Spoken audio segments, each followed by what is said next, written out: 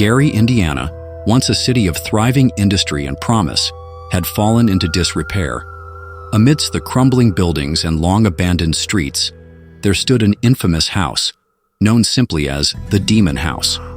Locals, both new and old, whispered about it in hushed tones, a place shrouded in darkness, known not for its age or history, but for the pure evil that seemed to pulse within its walls.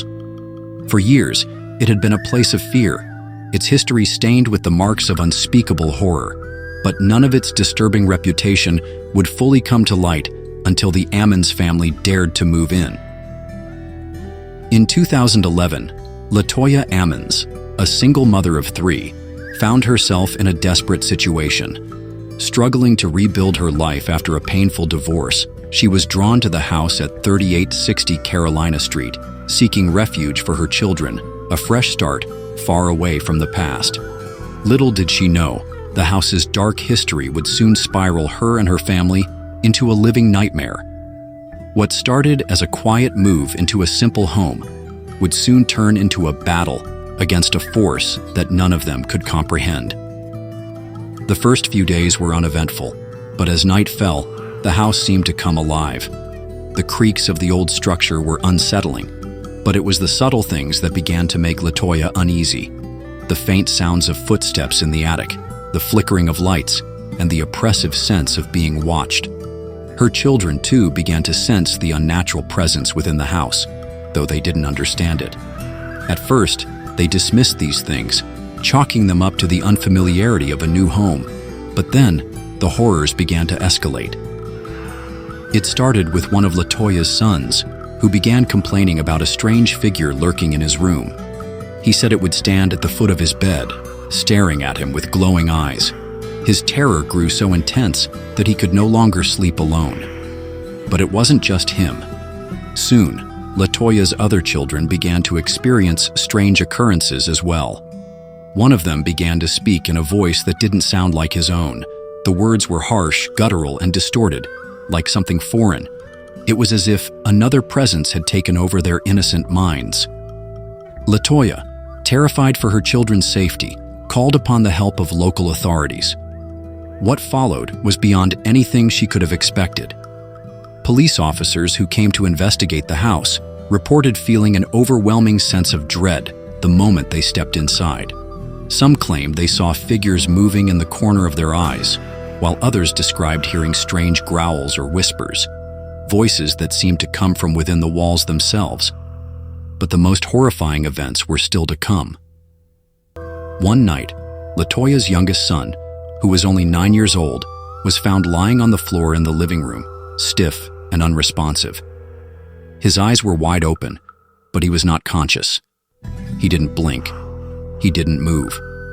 When the officers tried to help, they saw his body levitate several inches off the ground. They attempted to grab him, but he was completely unresponsive, as though the laws of physics had ceased to apply. At this point, the family had no idea who to turn to. It was clear that the house was no longer just a place. It was alive. It was something sinister, something ancient.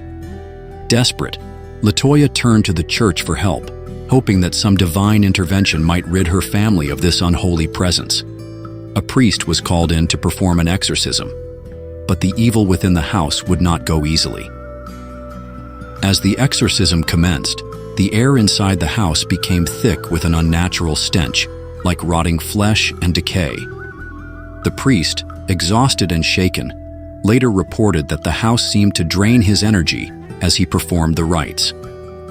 It was as though the very walls were alive, reacting to every word he spoke, every prayer he uttered. The dark force within the house fought back with vicious intensity, manifesting itself in terrifying ways. The lights flickered wildly, the temperature dropped to freezing, and the house seemed to pulse with an energy that was malevolent and ancient. Despite the efforts of the priest and the church, the haunting only intensified. The evil presence that had taken root in the house was relentless, feeding off the fear of the family. It wasn't just haunting them, it was possessing them. The children's behavior grew more erratic, and their sleep patterns became disturbed. One of them even spoke of seeing shadowy figures standing over their beds in the middle of the night, their eyes glowing with malice. The house had become a prison, a place where fear was the only constant companion. LaToya knew that her family couldn't stay there any longer, but leaving wasn't as easy as just packing up and going. The house seemed to hold a powerful grip on them, and even after they fled, the lingering presence of the evil that had claimed the home followed them. LaToya's family eventually moved out, but the story of the demon house did not end there. News outlets picked up on the horrifying accounts, and the house quickly became a point of fascination for paranormal investigators. Yet, despite all the attempts to uncover the truth behind the haunting, the mystery remained unsolved. The house was abandoned and left to rot in the heart of Gary, Indiana, its dark history sealed within its crumbling walls. In 2014, the house was demolished, but not before leaving its mark on the town and the people who had experienced its horrors. The remnants of the demon house still linger in the memories of those who had lived nearby, and the haunting of the Ammons family would forever be etched in the annals of paranormal history.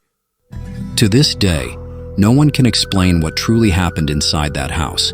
Was it a case of possession, a demonic entity, or something far more terrifying, an ancient curse that had been awakened? The truth may never be uncovered, but one thing remains certain. The demon house of Gary, Indiana, will never be forgotten.